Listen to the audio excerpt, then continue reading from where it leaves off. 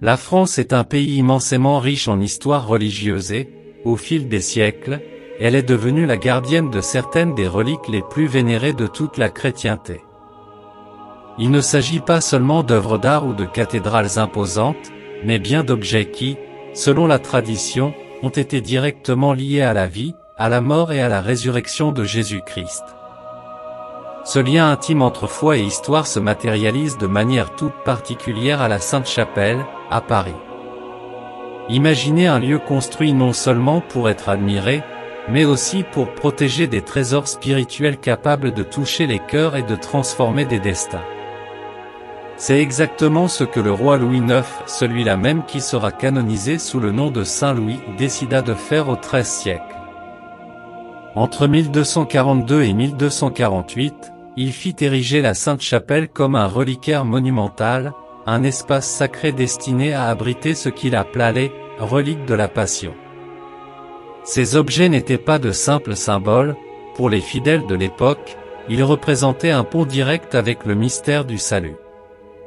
La relique la plus précieuse de ce trésor était la couronne d'épines, celle-là même qui, selon les évangiles, fut posée sur la tête de Jésus au moment de la crucifixion, au milieu des moqueries des soldats romains.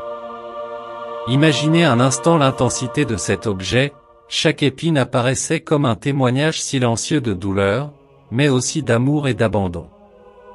Aujourd'hui, la couronne est conservée à la cathédrale Notre-Dame de Paris, miraculeusement sauvée de l'incendie de 2019, et demeure l'une des reliques les plus émouvantes jamais préservées. Mais la couronne n'était pas seule. Le roi de France fit également venir à la chapelle un fragment de la vraie croix, la croix sur laquelle le Christ fut crucifié. Posséder un morceau physique de ce bois représentait, pour les chrétiens du Moyen Âge, une valeur inestimable. C'était comme avoir un lien direct avec l'instant précis où le Fils de Dieu offrit sa vie pour l'humanité. Aux côtés de ce fragment se trouvait aussi la célèbre lance du destin, ou lance de Longin, qui aurait percé le flanc déjà mort du Christ, confirmant ainsi son sacrifice. Rien qu'en pensant à la quantité d'histoires, de légendes et de significations portées par cette lance, on comprend pourquoi la Sainte-Chapelle devint un centre de pèlerinage si puissant. Et cela ne s'arrêtait pas là. Un autre objet conservé était l'éponge de la Passion, celle qui, imbibée de vinaigre, fut tendue à Jésus lorsqu'il déclara avoir soif sur la croix. Si simple en apparence, cette éponge était considérée comme une preuve concrète de la souffrance du Christ. À ses côtés, le roi gardait également l'un des 5 clous, utilisés pour fixer les mains ou les pieds de Jésus au bois de la croix. Chaque détail de la Passion ayant une portée symbolique immense, on peut imaginer la puissance qu'une telle relique exerçait sur la dévotion médiévale. Parmi les pièces les plus impressionnantes se trouvait aussi le manteau pourpre, ou du moins certains fragments, la tunique dont on revêtit Jésus pour se moquer de lui comme « roi des Juifs ». Pour beaucoup, cette relique était un rappel saisissant de l'humiliation subie par le Christ et, en même temps, de sa royauté spirituelle. Une autre pièce rare était la dalle du Saint-Sépulcre, un fragment de la pierre qui aurait scellé le tombeau où le corps de Jésus fut déposé avant la résurrection. Il n'est pas difficile d'imaginer comment cette pierre, apparemment si ordinaire, pouvait être perçue comme un symbole du triomphe de la vie sur la mort. Et au-delà des reliques directement liées à la passion du Christ, existait encore une dévotion mariale d'une grande importance en France, la ceinture de la Vierge Marie, conservée à la cathédrale de Chartres. Cette pièce, différente des précédentes, ne faisait pas partie du trésor originel de la Sainte-Chapelle, mais elle devint l'un des objets les plus vénérés du pays. Encore aujourd'hui, des femmes enceintes se rendent à Chartres pour chercher protection, bénédiction et réconfort spirituel auprès de cette relique. Une tradition qui traverse les siècles et qui demeure vivante, montrant combien ces objets gardent toute leur force jusqu'à nos jours. Il faut cependant rappeler que l'histoire de ces reliques fut aussi marquée par des périodes de perte et de turbulences. Durant la Révolution française, à la fin du XVIIIe siècle, le trésor de la Sainte-Chapelle fut pillé et beaucoup de pièces disparurent ou furent détruites. Ce qui survécut, comme la couronne d'épines et le fragment de la vraie croix, fut transféré au trésor de Notre-Dame de Paris. Aujourd'hui, ces objets demeurent les symboles non seulement de la foi chrétienne, mais aussi de la résistance de la tradition face aux tempêtes de l'histoire. Bien sûr, la question de l'authenticité se pose toujours. D'un point de vue historique et scientifique, il est impossible de vérifier que ces reliques soient exactement ce que la tradition affirme. Pour certains, cela pourrait diminuer leur valeur. Mais en réalité, c'est l'inverse qui se produit, la force de ces reliques réside moins dans une preuve matérielle que dans ce qu'elles représentent pour des millions de personnes. Elles sont le témoignage de la foi médiévale, de la quête de l'homme et de la femme pour un contact direct avec le sacré, et de la manière dont des objets apparemment simples peuvent porter des significations profondes lorsqu'ils sont associés à la spiritualité.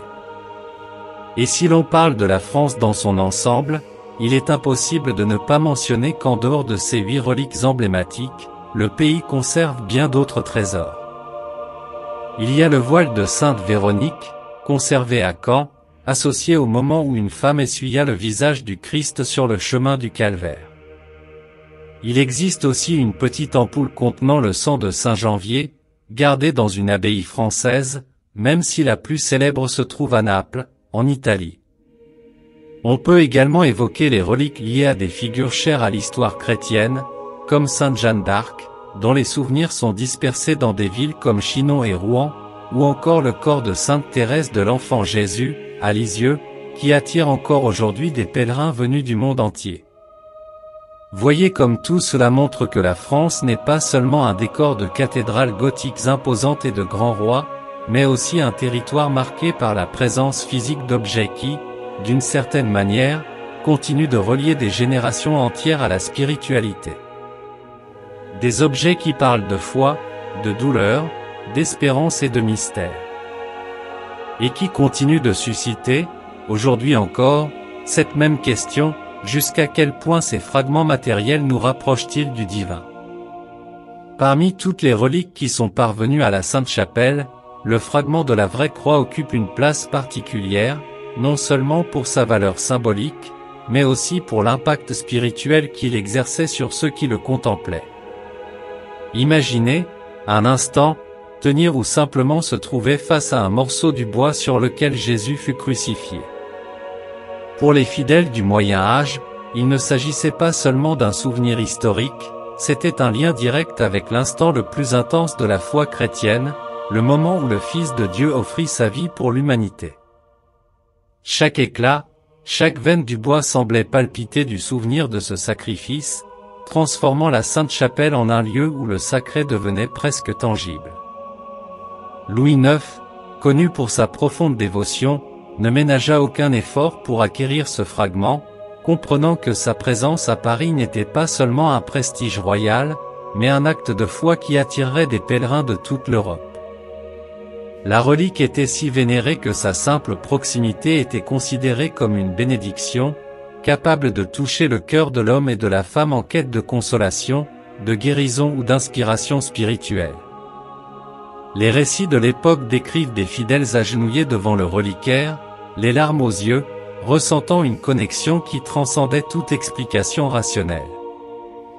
De plus, ce fragment de la vraie croix portait en lui des histoires et des légendes entremêlées à la trajectoire même du christianisme. On disait qu'il était capable d'accomplir des miracles, d'apaiser les douleurs et de protéger ceux qui s'en approchaient avec une foi sincère. Au milieu de l'agitation de la vie médiévale, il représentait la stabilité, un point de contact direct avec le divin dans un monde empli d'incertitudes et de défis. Encore aujourd'hui, même sans que son authenticité matérielle puisse être prouvée, ce fragment demeure un puissant symbole de la présence du Christ dans l'histoire de la France, éveillant émotion et révérence dans chaque regard posé sur lui. La force de ce fragment dépasse de loin la simple matière du bois, c'est l'histoire, la foi et la dévotion de générations entières qui l'ont rendu éternel, montrant comment un simple morceau de croix peut porter des significations qui traversent les siècles et continuent de toucher les cœurs, suscitant la même question silencieuse: comment la proximité avec le sacré transforme-t-elle la vie de celui qui croit véritablement? Parmi les reliques de la Passion que Louis IX fit venir à la Sainte-Chapelle, la lance du destin, également connue sous le nom de lance de Longin, occupe une place de mystère et de révérence presque inégalée. Selon la tradition, c'est avec cette lance que le soldat romain Longin aurait percé le flanc du Christ au moment où il rendait son dernier souffle sur la croix, scellant ainsi l'acte suprême du sacrifice. Imaginez la charge symbolique d'un tel objet, il ne s'agit pas simplement d'un morceau de métal, mais d'un témoignage silencieux de l'instant où le divin et l'humain se sont rencontrés de façon définitive. À l'époque médiévale, la lance de Longin était considérée comme si puissante que ceux qui avaient l'occasion de la voir ou de la toucher croyaient se trouver face à un canal direct avec la grâce de Dieu. Pour les pèlerins, la proximité de cette relique provoquait une expérience presque physique de l'histoire sacrée, larmes, frissons, prières ferventes. C'était comme si le sang même du Christ, rappelé par le coup de lance, résonnait à travers le temps, reliant chaque homme et chaque femme à la dimension de la souffrance et de la rédemption. Louis IX en était conscient. En apportant la lance à Paris, il ne faisait pas seulement gagner du prestige au royaume, il consolidait également la Sainte-Chapelle comme un épicentre spirituel, un lieu où foi, histoire et mystère s'entremêlaient avec intensité. Chaque détail de la lance, chaque marque ou fissure que l'on pouvait imaginer, portait en elle des récits de dévotion, de miracles et de promesses de protection. Et même des siècles plus tard, le simple récit de cette relique suscite une curiosité viscérale, comme si l'on pouvait toucher le temps et sentir la présence de cet instant décisif de la passion du Christ. Le pouvoir de la lance de Longin ne réside pas seulement dans la tradition qui l'entoure, mais aussi dans sa capacité à susciter une profonde réflexion sur le sacrifice, le courage et la foi. Elle nous rappelle que des objets en apparence simples peuvent devenir des portails vers des expériences spirituelles intenses, capables de traverser les siècles et de toucher encore les cœurs aujourd'hui. Et il est fascinant de penser que, malgré le poids de l'histoire, chaque relique de la Sainte-Chapelle conserve ce mystère vivant, nous invitant à plonger plus profondément dans la grande narration qui traverse les générations. Parmi les objets les plus chargés de symbolisme de la Sainte-Chapelle, le Saint-Clou est, sans aucun doute, l'un de ceux qui suscitent le plus de révérence et de réflexion.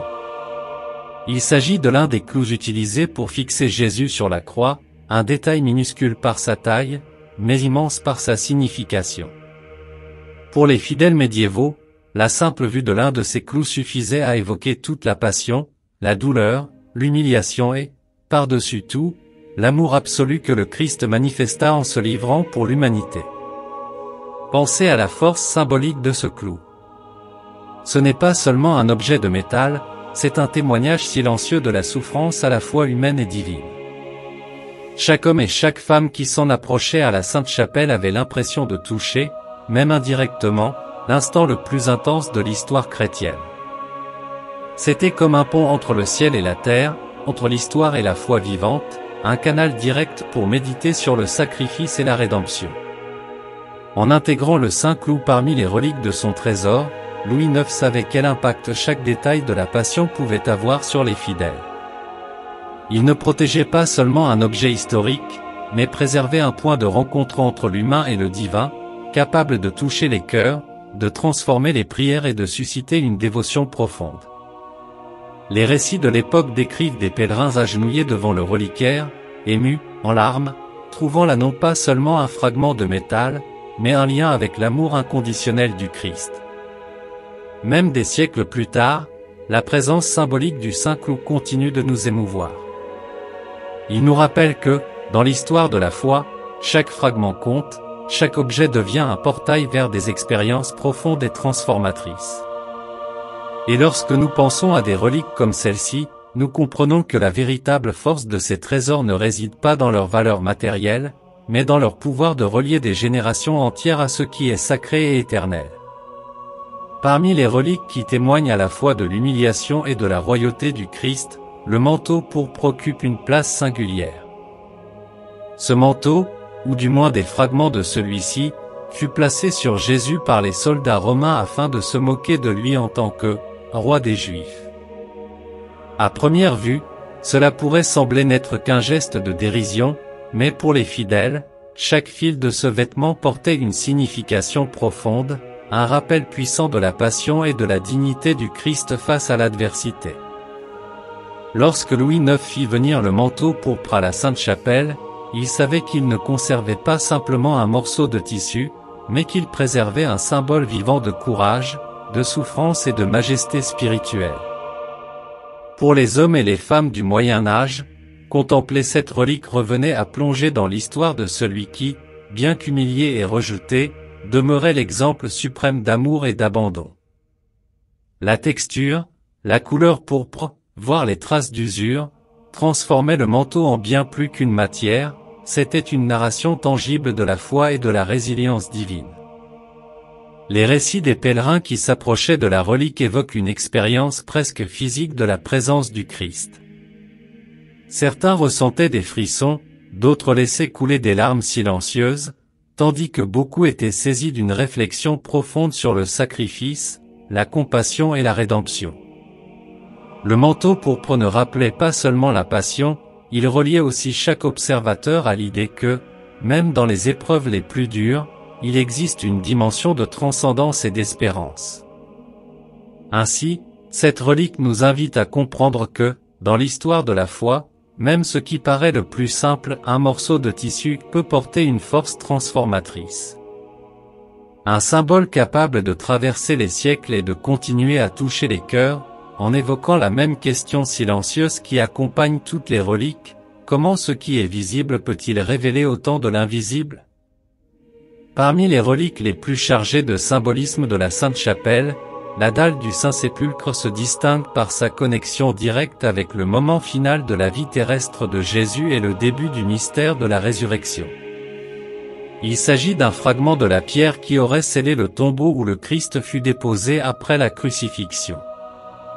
Pour les fidèles médiévaux, contempler ou se trouver près de cet objet revenait à ressentir de manière tangible la transition entre la mort et la promesse de la vie éternelle, un lien physique avec l'un des moments centraux de la foi chrétienne. Lorsque Louis IX fit venir cette relique à Paris, il comprenait qu'il ne s'agissait pas seulement d'un fragment de pierre, mais d'un témoignage de la victoire de la vie sur la mort. Chaque fissure et chaque marque de la dalle portait en elle le souvenir d'un instant qui changea l'histoire de l'humanité.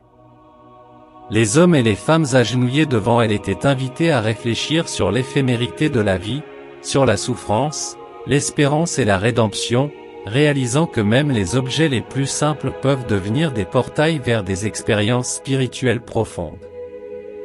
Le pouvoir de la dalle du Saint-Sépulcre ne réside pas seulement dans sa matérialité, mais dans l'émotion qu'elle suscite. La pierre, immobile et silencieuse, parle de résistance, de permanence et de mystère. Pour de nombreux pèlerins, se tenir devant elle revenait presque à ressentir le poids et l'énergie du tombeau lui-même, reliant passé et présent, foi et contemplation, souffrance et promesse. Il est fascinant de constater qu'un élément aussi apparemment banal qu'une dalle de pierre puisse porter un sens si intense et traverser les siècles, maintenant vivante la flamme de la dévotion et de la réflexion sur la vie et le divin. Parmi toutes les reliques qui ont marqué l'histoire religieuse de la France, la ceinture de la Vierge Marie occupe une place particulière, différente de toutes celles que nous avons évoquées jusqu'à présent. Conservée dans la cathédrale de Chartres, cet objet ne faisait pas à l'origine partie des reliques de la Sainte-Chapelle, mais il est devenu, au fil des siècles, un symbole de dévotion et de protection pour des millions de fidèles. La tradition rapporte que cette ceinture aurait appartenu à la Vierge elle-même et, pour ceux qui s'en approchent, elle représente non seulement la foi, mais aussi le soin, la protection et la bénédiction. Les femmes enceintes, en particulier, voyagent de loin pour vénérer la ceinture, demandant protection pour elles-mêmes et pour leurs enfants. Il est fascinant de penser qu'un simple morceau de tissu ou de cuir puisse porter une force symbolique et émotionnelle si intense, capable de traverser les siècles et de continuer à influencer des vies. Chaque toucher, chaque regard porté sur la relique est une invitation à se connecter avec le sacré, une opportunité de ressentir, même symboliquement, la présence de la Vierge Marie dans le quotidien. Comme les autres reliques de la Sainte-Chapelle, la ceinture de la Vierge Marie nous rappelle que la valeur d'un objet religieux va bien au-delà de sa matérialité. Elle est le témoignage de la foi, de l'espérance et de la dévotion, portant avec elle des histoires de miracles, de bénédictions et de rencontres spirituelles qui traversent les générations. La présence de cette relique montre qu'en France, la tradition n'est pas seulement histoire, elle est vivante, vibrante, et continue de transformer la vie des hommes et des femmes qui cherchent un lien direct avec le divin. L'histoire de ces reliques, aussi impressionnante soit-elle, ne se limite pas à la préservation et à la dévotion, elle traverse également des périodes de perte, de destruction et de turbulence.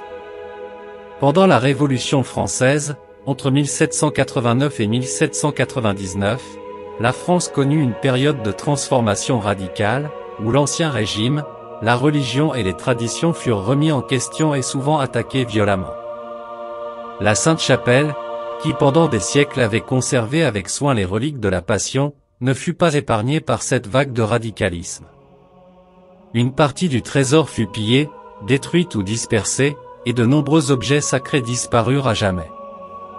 Même dans ce contexte de chaos, certaines reliques furent sauvées, préservant des fragments d'histoire et de foi qui traversèrent les siècles.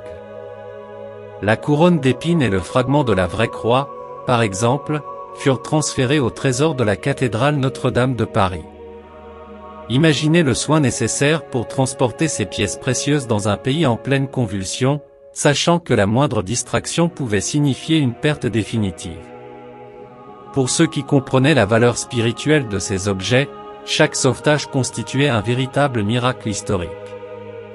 Cette période nous invite également à réfléchir sur la force de la foi et de la tradition, bien que de nombreux artefacts matériels aient été détruits, le sens profond qu'ils portaient ne fut pas perdu. La dévotion, l'histoire et les récits associés à chaque relique continuèrent de vivre dans la mémoire et le cœur des hommes et des femmes. C'est comme si l'esprit de la Sainte-Chapelle, des reliques et de Louis IX lui-même avait résisté à la destruction, rappelant que le sacré ne dépend pas uniquement de la conservation physique, mais de la transmission d'histoire, de foi et d'espérance. La turbulence de la Révolution montre donc que chaque objet sauvé est plus qu'une pièce historique, c'est un témoignage de la résistance de la foi et de la dévotion, un lien entre le passé et le présent qui nous invite à imaginer comment ces fragments ont survécu à tant de tempêtes et continuent d'inspirer les hommes et les femmes encore aujourd'hui. Lorsque l'on parle de ces reliques, il est impossible de ne pas aborder la question de leur authenticité. D'un point de vue historique et scientifique, beaucoup de ces objets ne peuvent pas être prouvés comme étant exactement ce que la tradition affirme. Il n'existe aucun moyen de vérifier si la couronne d'épines a réellement été portée par le Christ ou si le fragment de la vraie croix fait véritablement partie de la croix originale. Et, à première vue, cela pourrait sembler diminuer leur importance. Mais, curieusement, c'est exactement le contraire qui se produit. Le pouvoir de ces reliques ne réside pas dans la preuve matérielle, mais dans ce qu'elles représentent pour des millions d'hommes et de femmes à travers les siècles. Chaque relique est un portail vers la foi, un canal qui relie les générations à l'histoire de la Passion et à la spiritualité profonde de la France médiévale. La dévotion que ces pièces suscitent dépasse largement toute preuve scientifique, elle se manifeste dans les larmes silencieuses, dans les prières ferventes et dans le sentiment d'espérance qui imprègne les cœurs en quête de réconfort. L'authenticité, dans ce sens, ne se mesure pas avec des outils, mais avec l'expérience émotionnelle et spirituelle de ceux qui s'en approchent. De plus, ces reliques témoignent d'une époque où la foi et la tradition façonnaient le quotidien. Elles étaient centrales pour l'identité d'une ville, d'un royaume, d'un peuple. La Sainte-Chapelle n'était pas seulement un reliquaire, mais un symbole de la manière dont le sacré pouvait se matérialiser dans des objets, rappelant aux fidèles que le divin se manifeste de façon qui dépasse souvent la logique humaine. Et même aujourd'hui, des siècles plus tard, la force de ces fragments demeure, montrant que la valeur symbolique de la foi est plus durable que toute preuve ou certificat d'authenticité.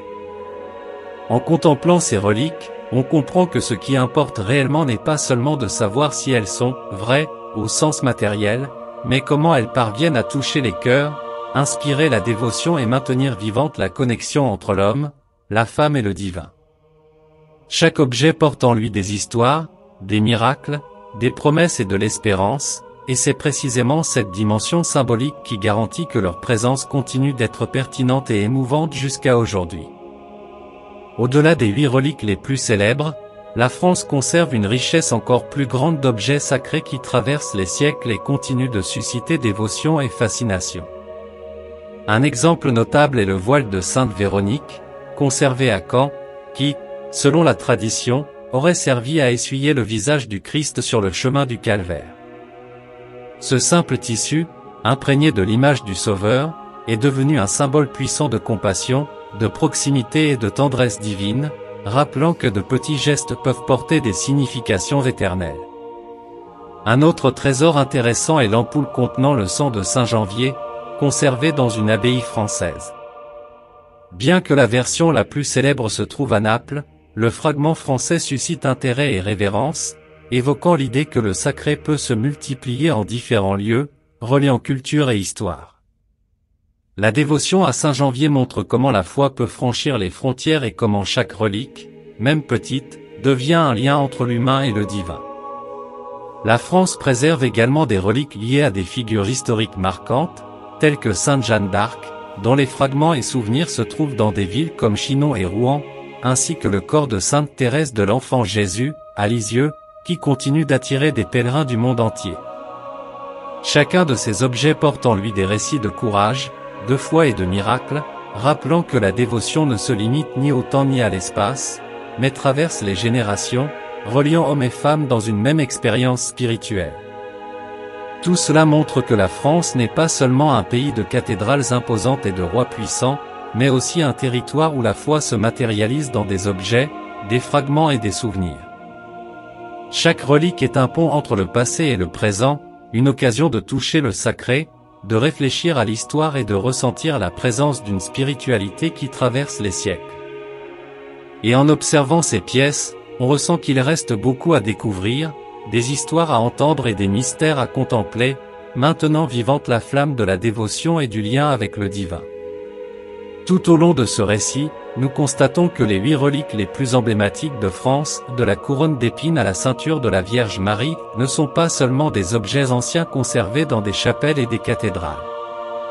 Elles représentent la foi de générations, le désir des hommes et des femmes de se rapprocher du divin, et la capacité de la spiritualité à traverser les siècles malgré les guerres, les révolutions et les destructions.